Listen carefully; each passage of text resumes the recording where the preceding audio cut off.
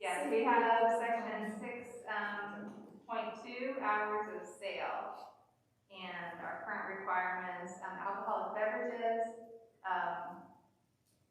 may be sold, let's see, to be taken off premises between 6 a.m. and 2 a.m. On premises between 8 a.m. and 2 a.m. Want to verify that? You want to pass this down? Oh, no, you're looking at it. I was going to let you look at it. I believe you. So you have that power by ordinance that you would like to change those hours. You have that ability.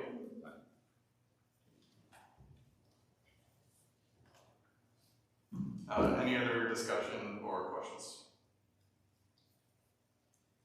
Moving on, I'll move on to Article 10, Transition Schedule, Section 10.01, Continuation of Former Charter Provisions. We didn't recommend any changes. Are there any questions or concerns? Hearing none, I'll move on to Section 10.02, Ordinance Preserved. We did not recommend any changes. Do you have any questions or concerns?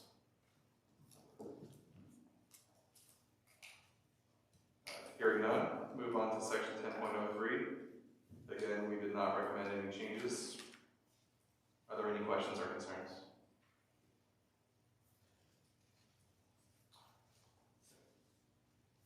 Hearing none, I'll move on to Section 10.04.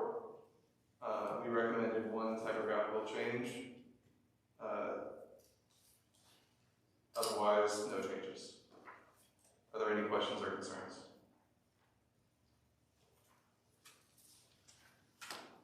Moving on, Section 10.05, Schedule. We did not recommend any changes. Are there any questions or concerns?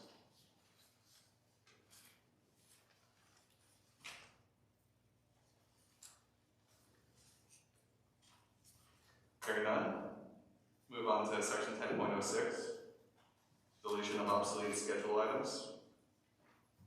We did not recommend any changes. Do we have any questions or concerns? Hearing none, moving on. And hearing none, moving on to Section 10.07. We did not recommend any changes. Are there any questions or concerns? And that concludes the remainder of the charter. I believe, Madam Mayor, that there was the issue of the bond question. Yes, there was a bond question. Before we get there, though, or maybe you do that first, but I want the opportunity for the public to come back and speak. You can do the bond question. Oh, come on up. Skip White, 4885 South Main. Thank you for the explanation on the height limit and being in the charter. I do think it's important that we do take a step further and look at some of our building codes to see if there are other codes in there that might need to fit in the charter. And I'll give you a prime example. It's the oceanfront setback line, which used to be called the Gordy Crescent line. I think that's a critical point to protect our beaches. And Bill, you know what I'm talking about, but I still call it the Gordy Crescent line because I was introduced to the Gordy Crescent line back in 2002. We built the first home. Never heard of it before, didn't know what it was. But the setback line, you look to the home to the north of you and the home to the south, and the imaginary line, you cannot build any further past that imaginary line. The state of Florida used to control that, and they passed it down to the towns and cities and municipalities, and they don't control that portion anymore.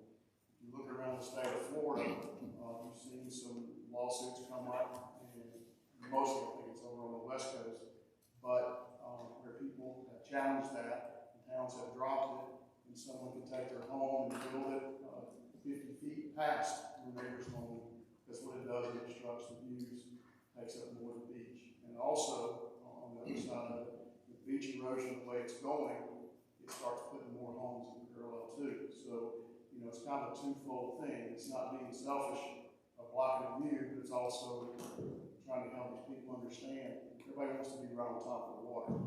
As the beach continues to go away, we'll be in the water. So that's just a prime example of one item that technically could go to our planning department, and there's some leeway there, is what I've been told. So, I don't know if it has to go before the planning board, but from my understanding is, and the comment that I was told was that there is some leeway there. We first built our home here, there was not any leeway, which was fine. I understood it, I get it. But just some things like that in general, I think it would take, a look-see. Skip, we did have scheduled, which has been postponed for a variety of reasons, though, a strategy planning session for the town. And we would also, be looking at certain issues relating to resiliency, at least with our resiliency study. So we have some opportunities coming up where perhaps we can integrate a discussion dealing with any of the ordinances relating to building as they also relate to those two areas, the workshops that we have. And I'm a firm, the charter to me, I think I made a comment at the very first charter review meeting, there wasn't a whole lot of changes that me personally saw in there that need to be done, and this is evidence because we're blowing through it really fast, which is great. I don't think we need a big book like Janine has over there or a charter. So I think in keeping it simple, so I'm not saying we should do, put all our building codes in there. That's not my point. And, yours, what's important to the town. I think, consistent participation with what's important to them. Get back to the planning board or whomever and make sure these really do make sense. And then take a look at it, open the charter back up, which I know is a pain in the backside. But, it's just, what really caught my curiosity was why 35 foot was in there and nothing else was in there. And, Arnie explained that perfectly, and I understand it, and I totally agree with it. So, Thank you. I have a follow-up question to that, and I wonder if staff could answer. Is the DEP not having the coastal construction control line permitting process? Because up until the last time I noticed, there was a... Yes, they are. But again, this is a different line. This is called the ocean front setback line, which is on the east side. Of the CCL line? Correct. On the coastal construction line is on the west side. Yeah. And that's where your footage is from your house, from the road, from the coastal construction line back. That's your setback. They control that. But on the east side, from the water heading back west, they do not control that. They do control it to a certain degree, to the dunes. But past that point, that's where the old Woody Preston line kicked in. And that used to also be controlled by the state, but now it's been pushed down to the townships. Thank you. I followed some of the lawsuits with the personal property out to the media. I didn't realize it was online. Thank you. All the time that I've been here, I only remember one occasion when I was on the planning board back, I think it was 2007, 2008, where that line came into effect because the person wanted to build on the east side over where Seagull was, and the house that they had designed, because the house next to it was here, and the condominium was out here, they wanted to build out to the condominium. Town came back and said, no, you can only build to the house. They ended up getting rid of the lot. They didn't keep it. And now there is a beautiful home on that lot, but that was the only time I remember it coming up because they wanted us to do a variance or something to move it out to the condominium rather than the house. We turned it down. Okay, Jake, I guess we're up to the bond. You're reporting back from... Before we do that, Yes. 7.01, the staff makes some recommendations there, and it's really got to do with semantics, but we kind of blew over that, and I'm not sure. One was to remove the term master out of comprehensive master plan, and the other one was to somehow address the Board of Adjustment description in there. I think we had accepted that. We accept the recommendations? Yeah. Yes. Oh, okay. I'm sorry, I missed that. Okay. And the reason for those recommendations is that comprehensive master plan isn't the term anymore. Understood. And what about the Board of Adjustment? Yeah. And there's no longer a board of It's adjustment. just gonna be eliminated. The board doesn't, you're right. Okay, The language is limited. got it, thank you.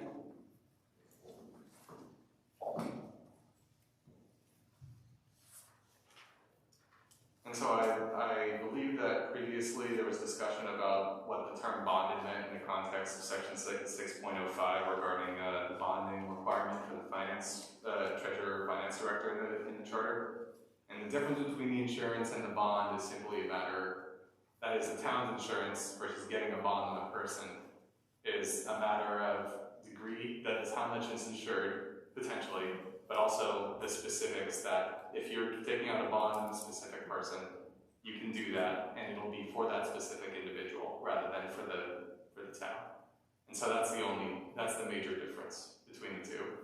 And so it is a question that you can answer about whether or not this should be in the charter, or whether you can take it out of the charter and either put it in the code or just do it as a matter of policy or something along those lines. Liz, I know that you were very interested in that, so what are your thoughts hearing what you heard? Yeah, I think it's fine. I think one of the things that I didn't hear in the response was the flexibility that you have in an individually issued bond versus something that's more of a group bond covering a large group of employees. So we don't know about specific exclusions from either one of those scenarios, but I do understand the differences between them, and as long as this council is comfortable with that, then I'm comfortable with it as well. Are you comfortable in leaving it in the charter, you're saying? Yes, I Okay. am. Okay. So, that's something we probably need to address, how everybody feels, whether we want to leave it in or not, because at the last charter meeting, there was discussion of possibly removing that, so, So would you amend the agenda to add this, or how would you like to? we thought it was in, what do you call it, the parking garage, or the lot, or whatever it is that it is. I've Are only we heard allowed of to this talk parking about lot. it now, or, excuse me? I've only heard of the parking lot, so. As far as I know, that's the only thing in the parking lot. Is that correct? Yes, Okay. that's why I understand it. So, if you would like to address that now, and amend I'm not sure how you would like to address it by amending the agenda or just addressing it now, and potentially taking public comment on it. But we can address that now if you'd like to, for example, have the ordinance. If you'd like the ordinance to be prepared sooner, we should probably address that. We should address it now, and what we're doing, from what I'm hearing, I think, is that we're not gonna do anything. We're leaving as is. So whatever we need to do procedurally so that it's appropriate, we'll do. And what would that be?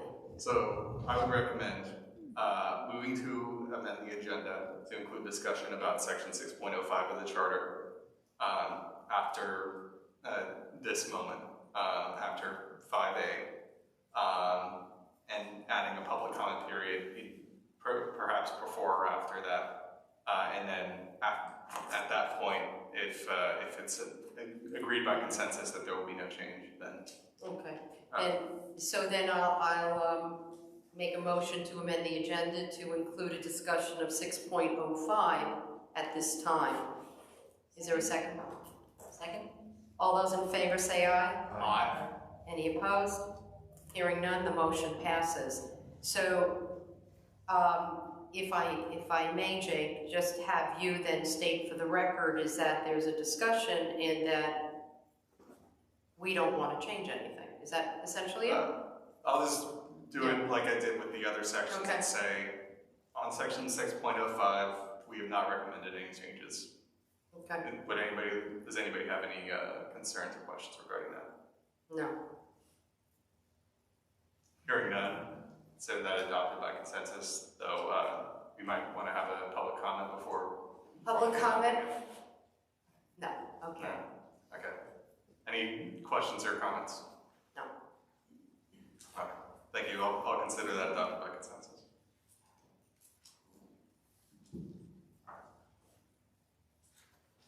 Oh, And now I'm sorry.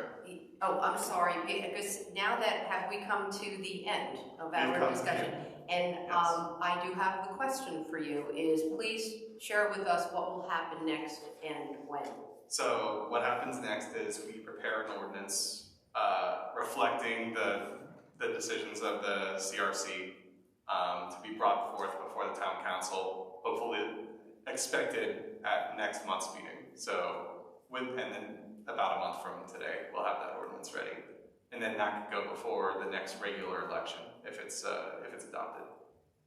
Now, is there any difference, this is a charter review committee, the ordinance comes back to this committee, does it come back to council, does it come back to both?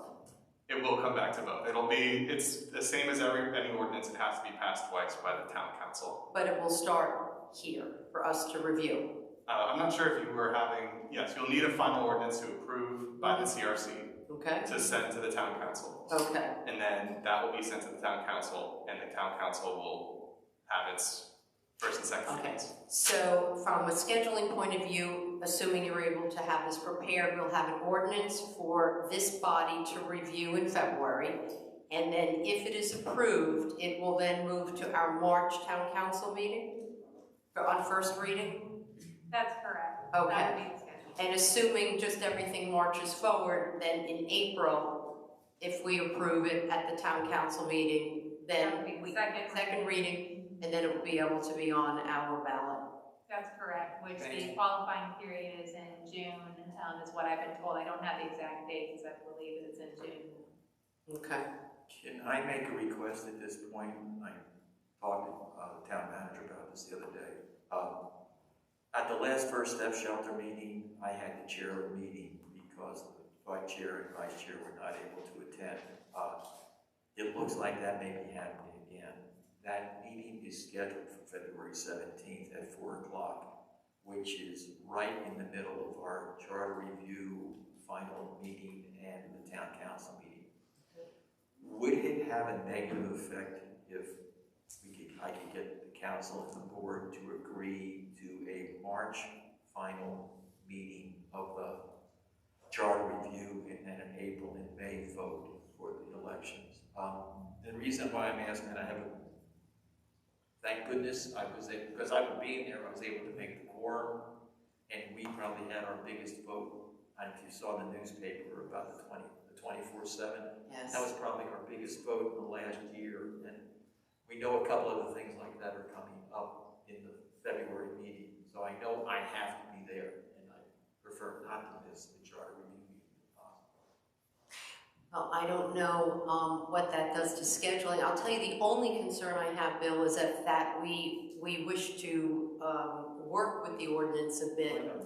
That could be problematic, but I guess the time period. Well, what you stated is correct. If everything goes smoothly, that is not a problem. You could have the charter review it in March. You could have first reading in April and second reading in May. And you still make your qualifying period. So that's not a problem. You can also, if you need it, add an extra meeting in there if things weren't going smoothly. That's another alternative. Just to throw out one more alternative, and we didn't speak about this in advance, but if that timing of the First Step Shelter meeting affords moving this meeting up a couple of hours sooner, maybe it could be on the same day in February as currently scheduled, but perhaps starting at 1 instead of. That would be wonderful. Are you okay with that? Gosh, yes. Okay, could I ask everybody if they're okay with that on, if you can look at your schedules, or maybe you have to get back to us, but I think that's a great idea. I have staff meetings on Thursdays at 1, but I'm not a non-voting member anyway, so, I could certainly supply Peg any comments that I had. That would prior be to the great. meeting. Was it March 17th? Yes, February 17th. Does anyone have a problem with that? You're good? Well, I think that would be a very good way of handling this so that you can do all your responsibilities and it keeps everything on track. And Stacy, absolutely, you need, if you wish to weigh in by email to Janine, and then your comments will be shared with us. Okay, Thank you. excellent. 1 o'clock then for February 17th. We have consensus, but I'll see if they want to vote. Do you want to vote or consensus? Consensus is fine, you can just ask if there's any objections. Yeah, are there any objections to this? Thank you, everyone. I Yeah, really appreciate it. Thank you. Very good, excellent. Okay. I have a question, Mayor. Yes. If we did, going on Skip's comment with additions to our charter regarding, aspects to our building code that we feel like might be included, is that something that would be up for discussion at the February meeting, or is that book closed, or how would we proceed with that if we had ideas? The concern is with the scheduling that it would hold everything up for this particular ballot, which I'm not saying we may not want to do. I mean, maybe it's significant enough we would hold it off for a year, but that's what would probably end up happening because we would need appropriate staff input. They would have to do the work. We're asking to put something on that is really not on their schedule of goals. And also, I still think that we may have the benefit of our strategy workshop meeting, which will have citizen participation, and we also have a resiliency council that is discussing goals, and I think it may all touch upon it as well. That may make us as a group even more informed on how to move forward. But that's just my thought. I mean, it's up to what the body collectively would like to do. I am concerned it would throw everything off for this ballot. Any thoughts? None? Yeah, I can't think of anything specifically, but he brings up a great point, Yes. and I would love, them to look into that further and consider it. But I totally understand with the timing. So, That's not something we could get in between the first and second reading. If we're aware of the issue and the opportunity today, that we want to look at our things now and see if there's anything else that should go in. but aren't we talking about a significant, we have a representative here from our planning department. I don't even know what we're talking about in terms of volume and sections and what we're talking about. Our current land use and development code does provide that oceanfront setback measure has to be a straight line between the property to the north and the south. So we already have that in our code. And that is what is used to determine what we approve locally before it even goes to DEP for permitting. So that's already in our code. If we want to strengthen it, but putting in the charter, you know that is already in the code that's currently applied. It's not something that someone can come in and do now.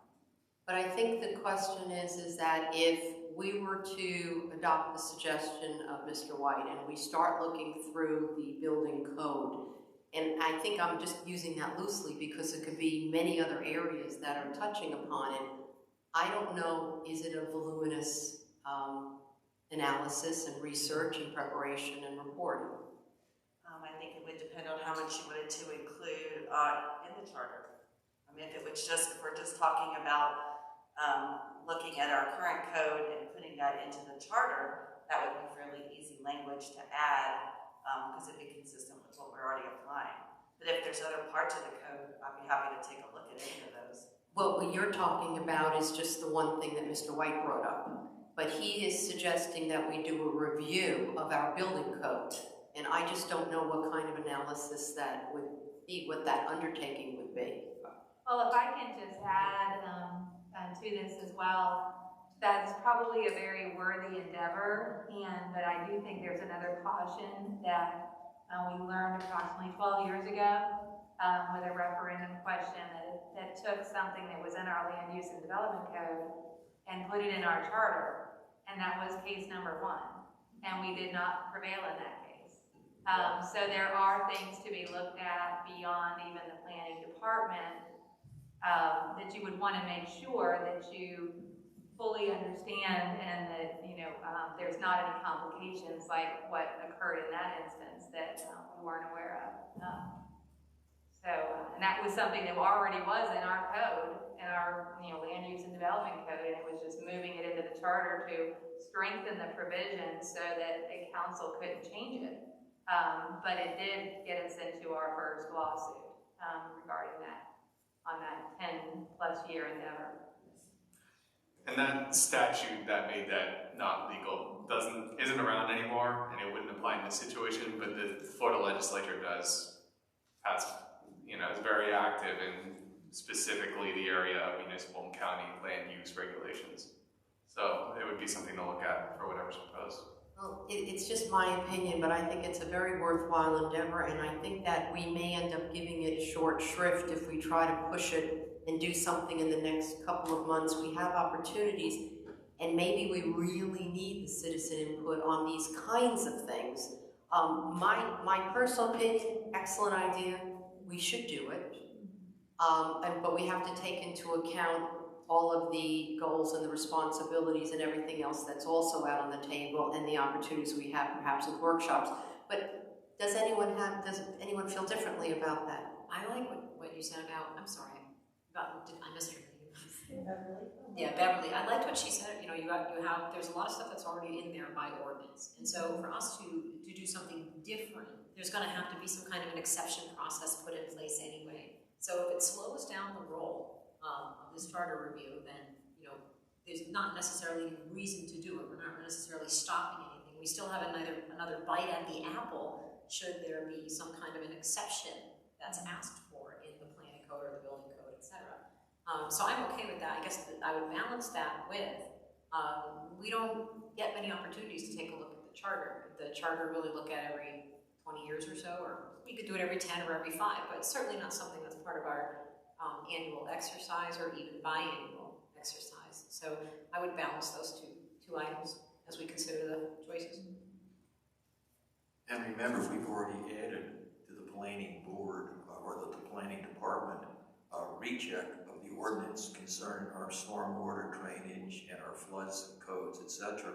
And they're already got that goal to go through and look through all of that, and that's going to be time consuming because they're looking more carefully at some of the plans that are going on. But we have ordinance that allow things to happen that can hurt other properties, and that we all got together and consensus added that as a goal to them, and we added the other 2 goals of each one doing their goal, etc.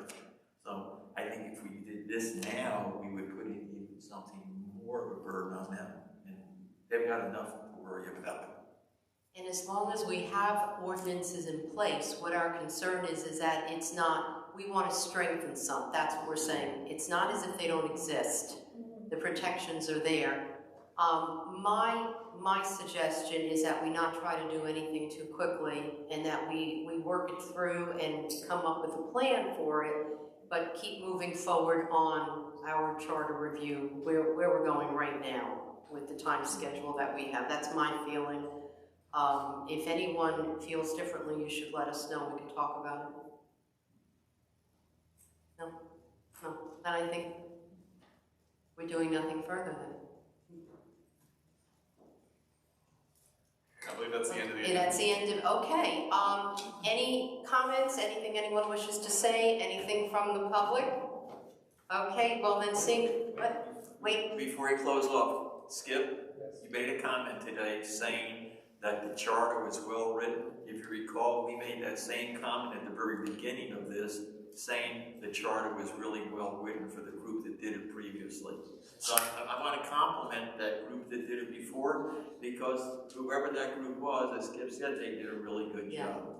Thank you. Okay, well then we are adjourned at 3:42.